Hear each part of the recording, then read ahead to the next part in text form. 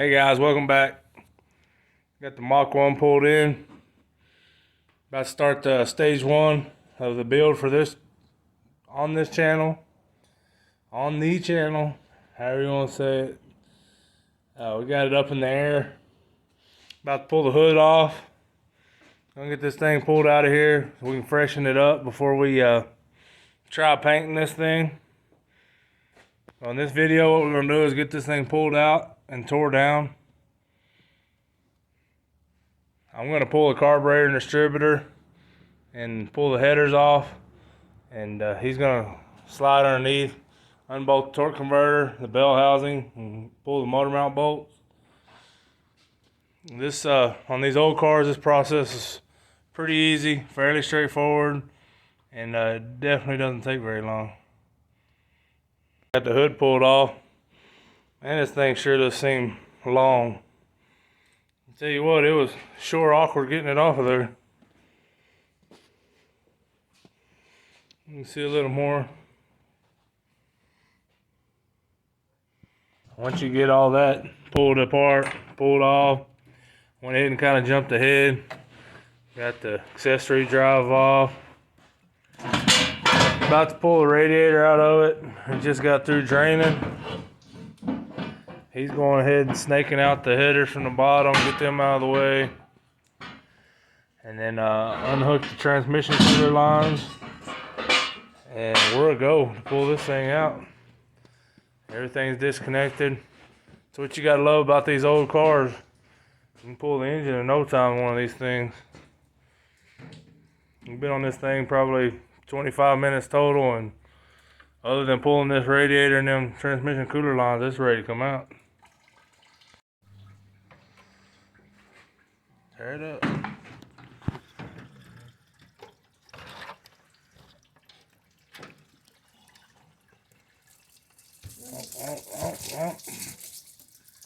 Well, the little wiggle racing, she came right on out of there. They separated.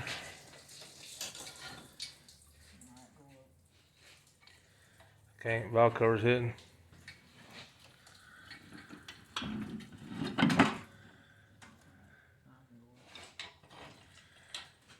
Yeah, probably should have took those braces off.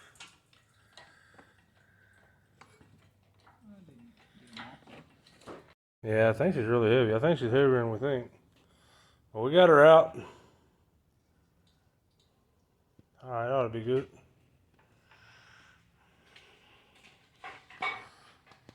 I'm gonna pull this head and get it put on there. And we got her sitting on a stand. I'm gonna drain the oil real quick, pull the oil filter. Oh, that's depressing. Have any oil in it? Huh? I guess it's pretty cold today, but I still figured it'd be a little more impressive than that. So what we're gonna do next is we're gonna go ahead and pull the valve covers, pull the intake, and pull the heads. Well, I guess I'm jumping ahead of myself. We're gonna pull valve covers, pull the intake, pull all the rockers, pull the push rods out of it, and then we'll pull the heads.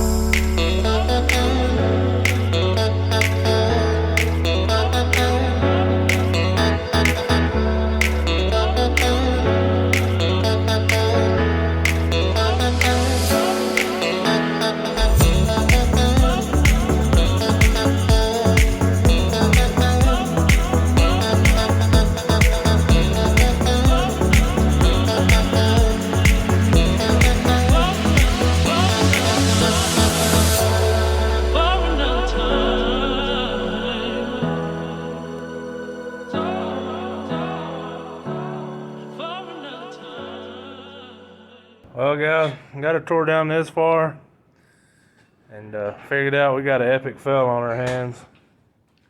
We had ordered everything standard. We were just gonna hone this block, slap it back together with flat tops, just to find out. I don't know if you can see, but pistons got 30 over stamped right in the top of them. So everything that we've got on hand and already purchased is a no-go. But as soon as we got the flex plate off, we kind of knew somebody had probably been in it, because the cam cap on the back looked brand spanking new.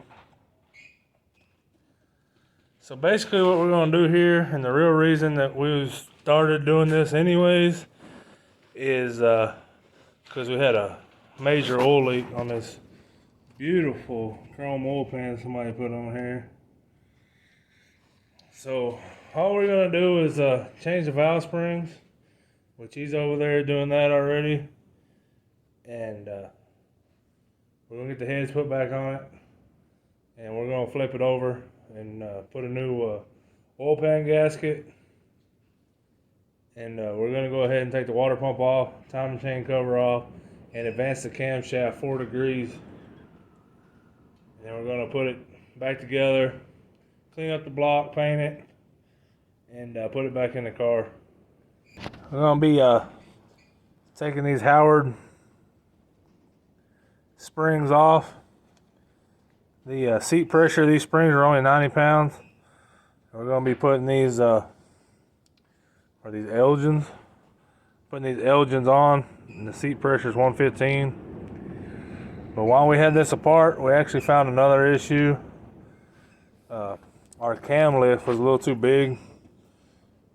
We had this style of sill on there, and between the bottom of this retainer and the top of this sill was the exact cam lift.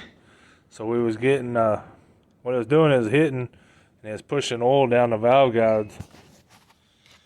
I don't know if you can see in there and tell, but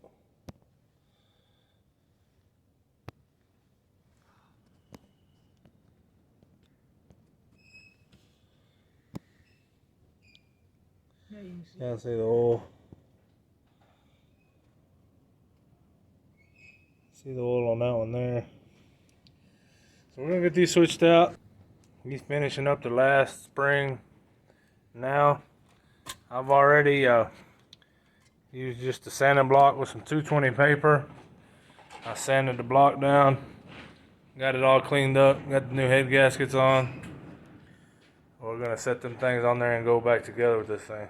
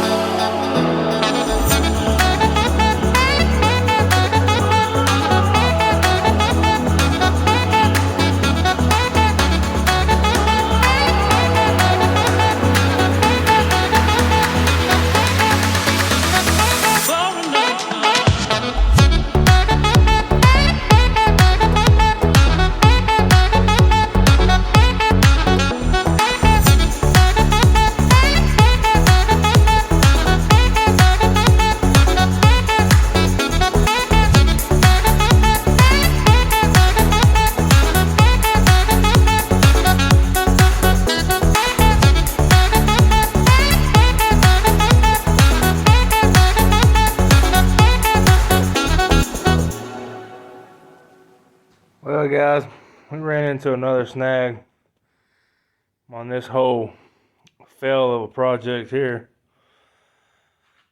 I swear my little brother has the worst luck. He wanted to put these pedestal mount Scorpion roller rockers on here. He read all the reviews that stock push rods still worked. Well,